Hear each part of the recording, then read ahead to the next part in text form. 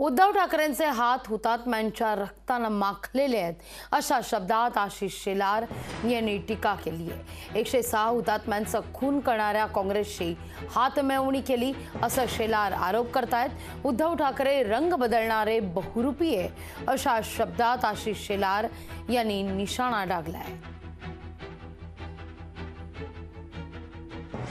ज्या काँग्रेसच्या हाताला मराठी माणसाच्या आणि संयुक्त महाराष्ट्रातील लढ्यासाठी लढणाऱ्या मराठी माणसाचा खून करून त्या काँग्रेसच्या हाताला रक्त लागले, त्याच्याशी हात मिळवणी उद्धवजींनी केली।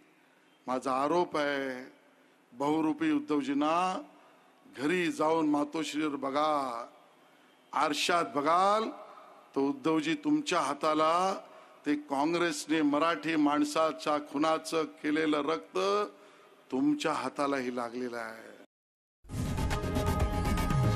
लोकशाही मराठी ऐका, पहा, जागरूक रहा।